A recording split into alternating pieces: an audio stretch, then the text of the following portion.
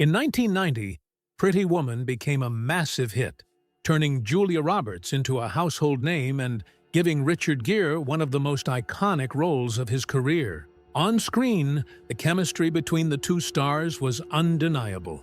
Fans believed the sparks they saw in the film had to be real. But behind the scenes, things were very different. Now, at 75, Richard Gere is opening up about what really happened during filming. While he has always been polite when talking about the movie, he recently admitted something about Julia Roberts that no one expected. What did Richard Gere say? Join us as we get into the details.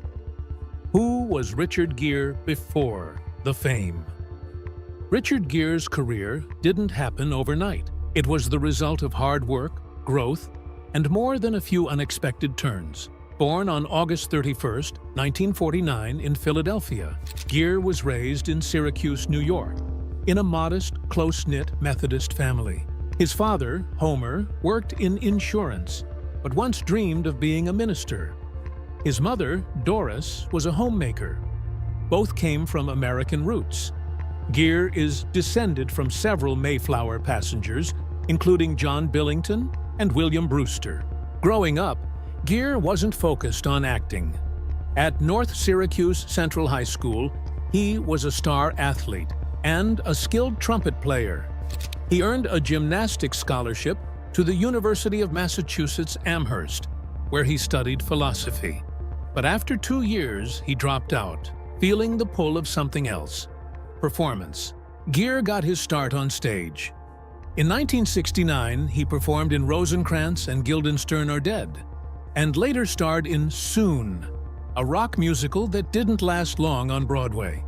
In 1973, he joined the London cast of Grease, long before it became a film. A major moment came in 1979 when he played a gay Holocaust victim in the stage production of Bent, a bold role that earned him recognition and a Theatre World Award. By the mid-1970s, Gere started appearing in films. Though he was replaced in The Lords of Flatbush after clashing with Sylvester Stallone, it didn't slow him down. He landed a key part in Looking for Mr. Goodbar, 1977, then shined in Terrence Malick's Days of Heaven, 1978. But it was American Gigolo, 1980, that made him a star. The film's mix of style and vulnerability defined Gere's screen presence, and women everywhere took notice. An Officer and a Gentleman, 1982, pushed Gere further into stardom. The movie was a box office smash and earned him his first Golden Globe nomination. Through the rest of the 1980s, Gere's films had ups and downs, but he stayed busy, waiting for the next big moment. That moment came in 1990, twice. First, with the gritty police thriller Internal Affairs, and then with Pretty Woman, where he starred opposite Julia Roberts. The movie became a classic, and Gere was once again a Golden Globe nominee. He and Roberts would later reunite in Runaway Bride, 1999, proving their box office power was still strong. During the 1990s, Gere took on a wide range of roles, from the romantic Summersby to the legal drama Primal Fear. He even played an Irish ex-IRA fighter in The Jackal, adopting an Irish accent for the part. He wasn't afraid to take risks, and it paid off. By the early 2000s, Gere was at the top of his game. He starred in 3 major films in 2002 alone: The Mothman Prophecies, Unfaithful, and Chicago. The latter won Best Picture at the Oscars, and Gere finally took home a Golden Globe for his performance. That same year, he was also named People magazine's Sexiest Man Alive. From philosophy student to Broadway actor to Hollywood heartthrob, he's remained both unpredictable and unforgettable. And while fans know him for the charm he brings to the screen, it's his range and determination that people love the most. While Richard Gere was becoming a big name in Hollywood, Julia Roberts was also starting to find her place. Julia Roberts' tough childhood. Julia Roberts was born on October 28, 1967, in Smyrna, Georgia, just outside Atlanta. Her parents, Betty Lou and Walter Roberts, were both actors and teachers. Julia comes from a mix of English, Irish, Scottish, Welsh, German, and Swedish backgrounds. Her family was religious. Her father was a Baptist and her mother was Catholic. And Julia was raised Catholic. She has an older brother, Eric Roberts, who is also an actor, as well as an older sister, Lisa, and a niece, Emma, who followed the family tradition and became an actress too. Julia also had a younger half-sister, Nancy Moats. Her parents met while performing in plays for the U.S. Armed Forces and later started a theater school in Atlanta. They even taught acting to Yolanda King, the daughter of Martin Luther King Jr. Because the Roberts family didn't have much money at the time, Coretta Scott King paid the hospital bill when Julia was born. It was a small act of kindness that meant a lot. Julia's parents divorced in 1972 when she was 5. That same year, her mother married a man named Michael Moats, whom Julia didn't get along with. He was often unemployed and abusive, and Julia later said her mother's marriage to him was a huge mistake. The couple had a daughter, Nancy, who sadly died in 2014. Julia's father passed away from cancer when she was just 10 years old. As a child, Julia didn't dream of being an actress. In fact, she wanted to be a veterinarian, but life had other plans. She played the clarinet in her school band and went to public schools in her hometown. But after graduating from Campbell High School, she moved to New York City to try acting. Julia joined a modeling agency and began taking acting classes, starting her journey toward becoming one of Hollywood's biggest stars. Though her early life was filled with ups and downs, it gave her strength and determination. The challenges she faced at home helped shape the passion and emotion she brings to her roles. Julia Roberts didn't just become famous, she earned her place one step at a time. Julia's career. Julia Roberts got her start on television in 1987, playing a young rape survivor in an episode of Crime Story. A year later, she made her film debut in the movie Satisfaction, 1988, where she played a band member alongside Liam Neeson and Justine Bateman. Around the same time, she filmed a very small role in Blood Red with her brother, Eric Roberts. But that movie didn't come out until 1989, and she only had 2 words of dialogue. That same year, she also appeared in an episode of Miami Vice. Her first real breakthrough came with the indie romantic comedy Mystic Pizza, 1988, where she played a Portuguese-American teenager working in a pizza shop. Audiences and critics took notice. Famed critic Roger Ebert praised her beauty and energy, saying she stood out and hinting that the film would be remembered for launching future stars. Then came Steel Magnolias, 1989, a movie based on the stage play. Roberts starred as a young woman with diabetes, acting alongside big names like Sally Field, Dolly Parton, and Shirley MacLaine. Though it was a major step up for her, the experience wasn't easy. The director, Herbert Ross, was known to be harsh, especially with Julia. Co-star Sally Field later said he was particularly tough on her during filming. Still, Roberts shined in the role and earned her first major awards: a Golden Globe for Best Supporting Actress and her first Oscar nomination in the same category. But it was Pretty Woman, 1990, that turned Julia Roberts into a star. She played Vivian, a strong and charming sex worker who falls in love with a wealthy businessman, played by Richard Gere.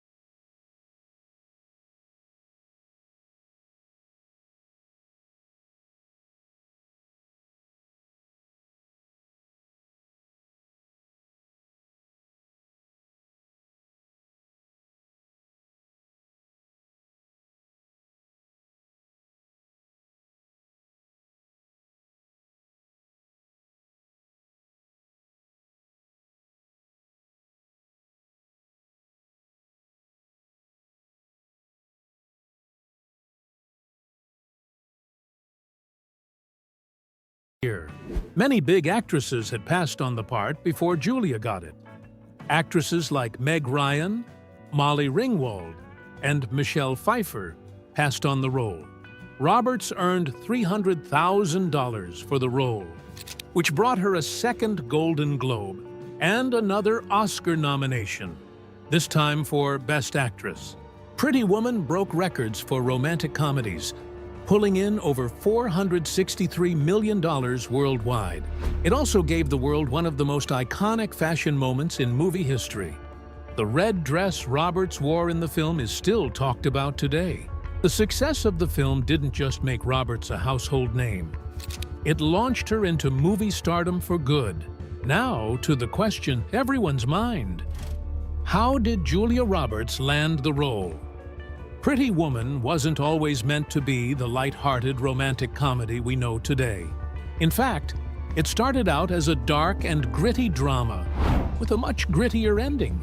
Julia Roberts originally landed the lead role when the film was still titled 3000, a reference to the amount of money her character, Vivian Ward, was paid for a week of companionship.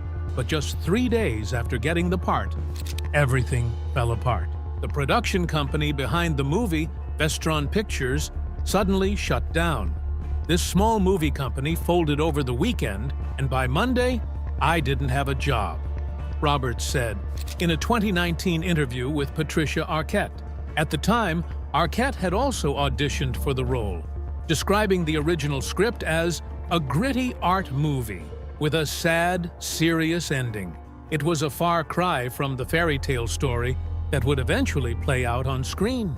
Soon after, Disney bought the rights to the script, and director Gary Marshall came on board.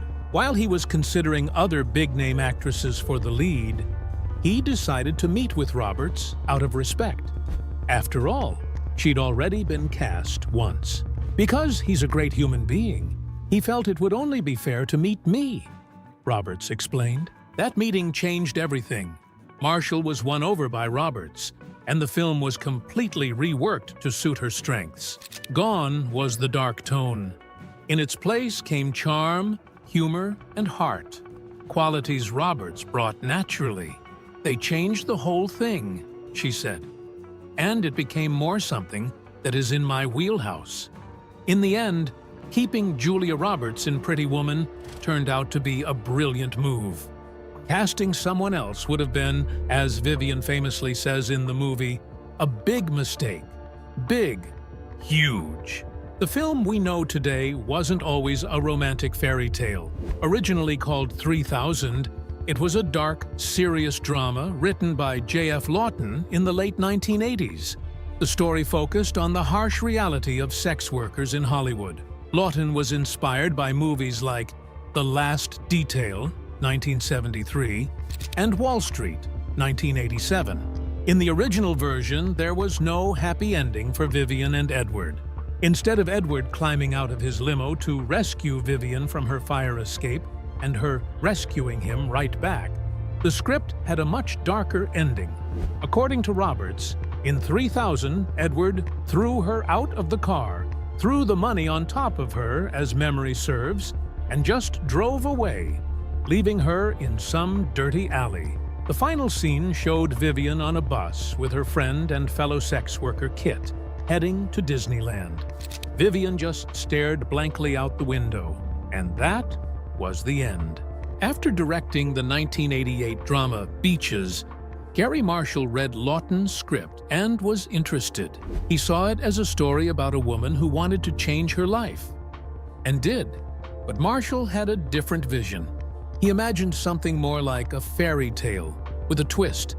My vision was a combination of fairy tales, he once said. Julia was Rapunzel, Richard Gere was Prince Charming, and Hector Elizondo was the fairy godmother. It might not have been a vision everyone shared, but it worked. Even though the film's tone changed, some key scenes from the original 3000 script stayed in the final movie. For example, Vivian's awful experience shopping on Rodeo Drive, her date with Edward at the opera, and dinner with businessman James Morse, the man whose company Edward planned to take over. Lawton believed the studio wanted a happy ending because of the chemistry between Roberts and Gere. He said they had also auditioned actors like Al Pacino and Michelle Pfeiffer. It would definitely have been a different movie if it had been Al Pacino and Michelle Pfeiffer, he told Vanity Fair. It might have been closer to the original script and maybe not have had a happy ending, but the chemistry between Julia and Gere, it's clear on the screen. It was clear in the auditions. You really can't imagine it ending any other way. They just lit up when they were together. So how did Richard Gere join the movie? We'll believe it or not, Julia Roberts played a huge part in getting Richard Gere to sign on for Pretty Woman. Gere remembers the moment when Gary Marshall, the director, brought Julia to his New York apartment to talk things over, leaving them alone. To be honest, I didn't know if I was doing this movie yet, Gere recalled during a 2015 Today Show reunion with the cast. Well, you know, we had a premiere, was it last night? 2 nights ago. We're across the desk, getting to know each other, being flirty. Then Gary calls and asks, "How's it going?" I'm like, yeah. And Julia takes a Post-it, turns it around and pushes it to me. It said, "Please say yes." It was so sweet. So, I said, "I just said yes." Marshall later agreed with screenwriter J.F. Lawton's belief that the two actors had undeniable chemistry. The chemistry between Julia and Richard was perfect, he said. They brought such a charm that I didn't think the audience would want a dark ending. And honestly, I'm from the school of happy endings. The result? Pretty Woman went on to become one of the most iconic romantic comedies in movie history. Roberts received a 1991 Academy Award nomination for Best Actress and also won a Golden Globe that year. Looking back, she admitted, "I had no business being in a movie like that. I couldn't have done it then. I couldn't do it now.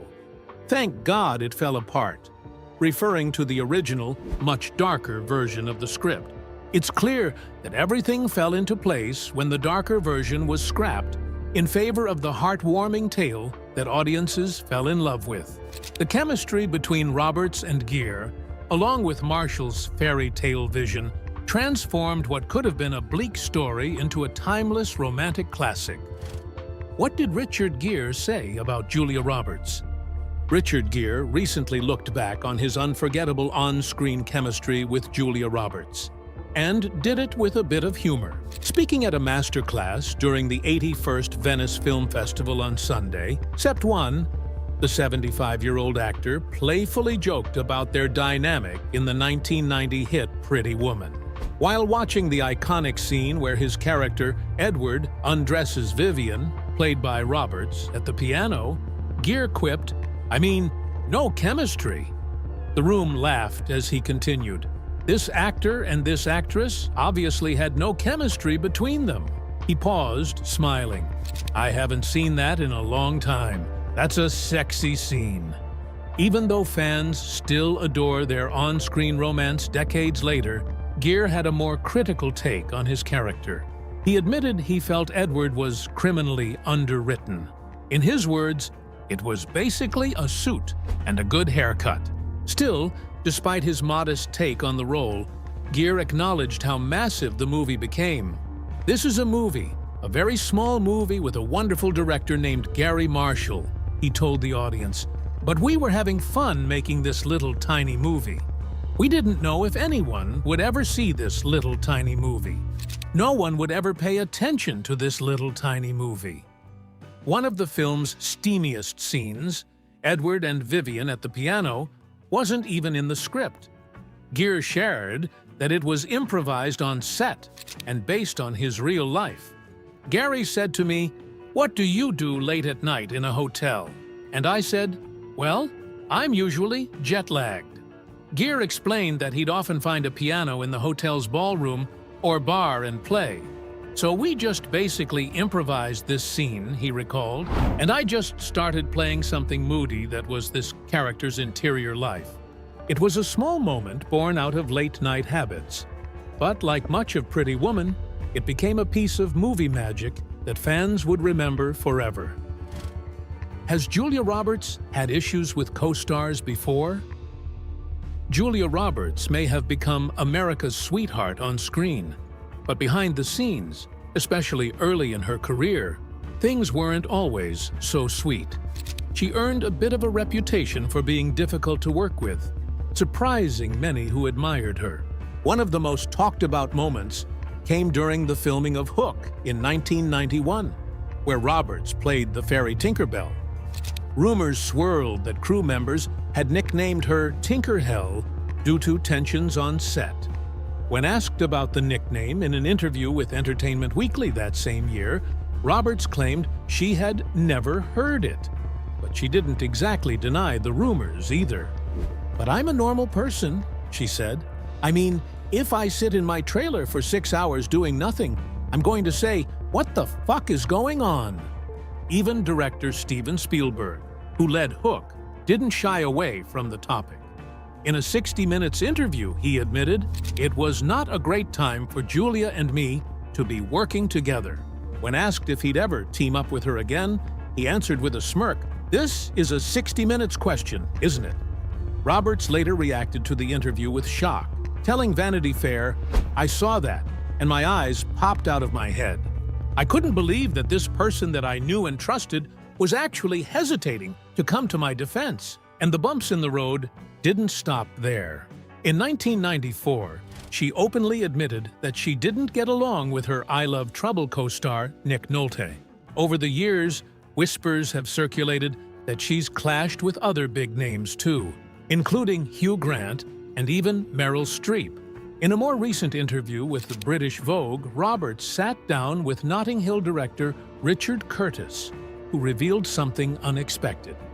He had been scared of her when they first met.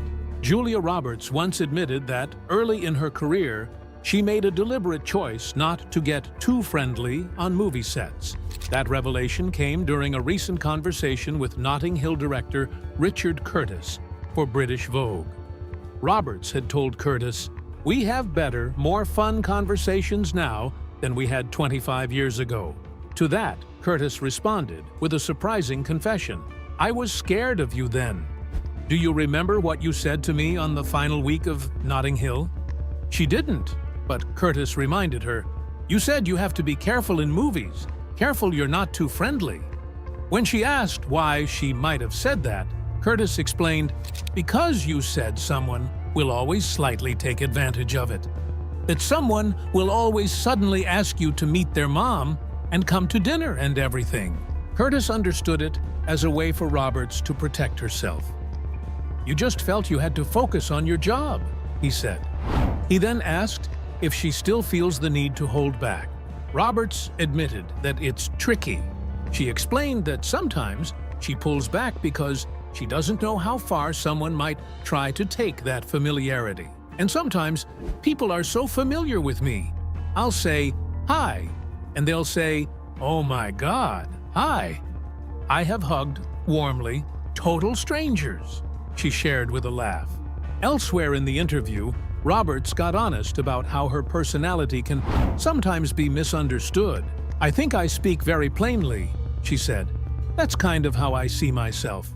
I'm very forthright." But she added that not everyone reacts well to that kind of directness. "There are a lot of personalities in the world that don't accept that easily, and it can seem really harsh, even if I feel like I'm just being honest." Still, she made it clear, "I never am trying to be unkind." Her blunt style even came into play during the making of Notting Hill. Curtis revealed that Roberts once asked him to change a line in the script, one that had a direct impact on her real-life career. In the movie, Roberts plays famous actress Anna Scott, who's asked how much she was paid for her last film. The original line had a lower figure, but Roberts pushed for something higher. Curtis admitted, "I lowballed you, but you insisted on me changing the script so that your price for your next movie would go up." It was a clever move, showing that behind Roberts's friendly smile and honest words is a smart woman who understands both her craft and her value. Despite the rocky beginnings, she and Curtis ended up becoming good friends and collaborators. But interestingly, amid all the reports of friction, One co-star she had no problem getting along with was Richard Gere.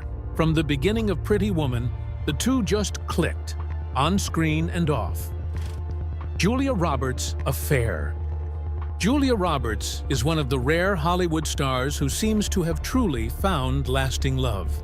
She's been married to cinematographer Danny Moder since 2002, and together they have 3 children, twins Hazel and Phineas, who are now 18, and their younger son Henry, who's 16.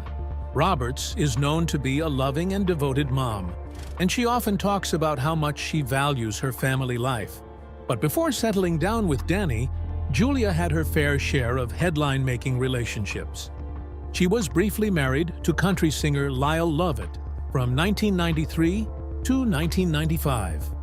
That marriage surprised many, but it wasn't her most dramatic romance. In fact, the one that really set off a media storm happened in 1991, when she suddenly ended her engagement to actor Kiefer Sutherland, just days before their wedding. Let's rewind a bit.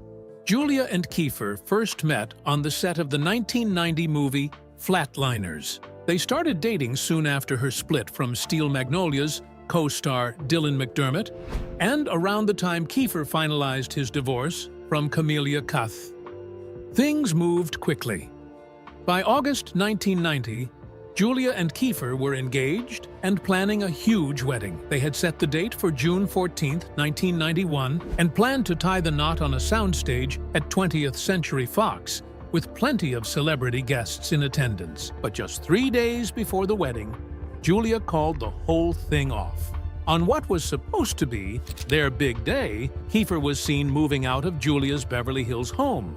Even more shocking, Julia was spotted at the airport heading to Ireland with Jason Patric, Kiefer's close friend and former The Lost Boys co-star.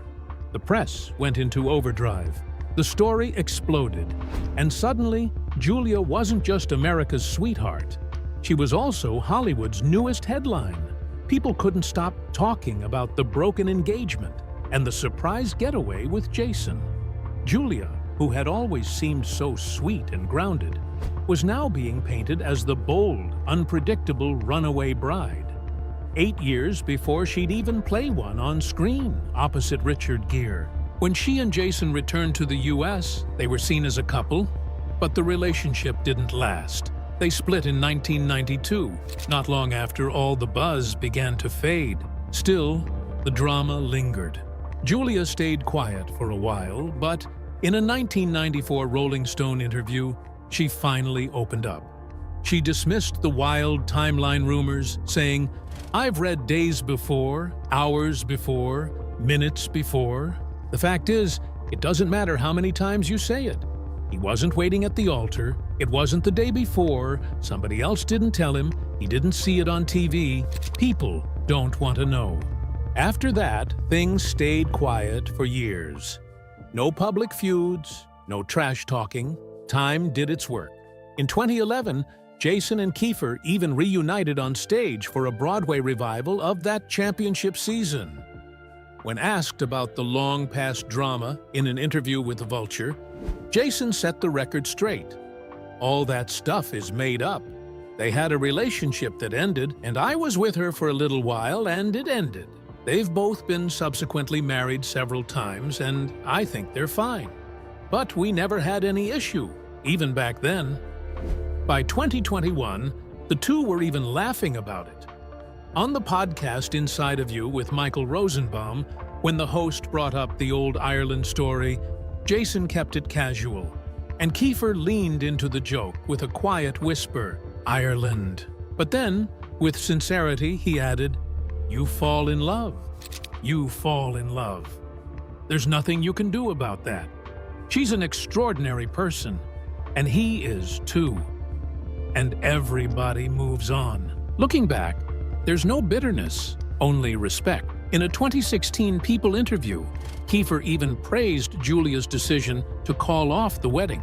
He called it an act of courage. "She was arguably the most famous woman in the world," he said, reflecting on the whirlwind success of Pretty Woman, which had turned Julia into a global star almost overnight. "And this wedding, that was supposed to be something between the two of us, became something so big. He admitted the pressure was immense and that Julia had done something brave by walking away when she realized it wasn't what she truly wanted. I think she had courage. It wasn't what she wanted to do in the end. And I think it took a lot of courage, in amongst all of that other stuff, to be able to say, "I can't do this." Time has healed the old wounds, and all three have moved on with their lives. Kiefer went on to marry Kelly Wynn in 1996, though they later divorced in 2004. Since 2014, he's been in a long-term relationship with fiancée Cindy Vela. Jason Patrick, meanwhile, had a long on-and-off relationship with Danielle Schreiber between 2002 and 2012, and they share a son together. And Julia, well, she finally found the calm she was looking for in cinematographer Danny Moder. They married in 2002 and are still going strong, raising 3 kids and keeping their life largely out of the spotlight. Have you seen Pretty Woman? If you have, did you enjoy watching it? Share your thoughts in the comments below. Remember to like, share, and subscribe for more. Also, click the following video shown on your screen. You will enjoy it.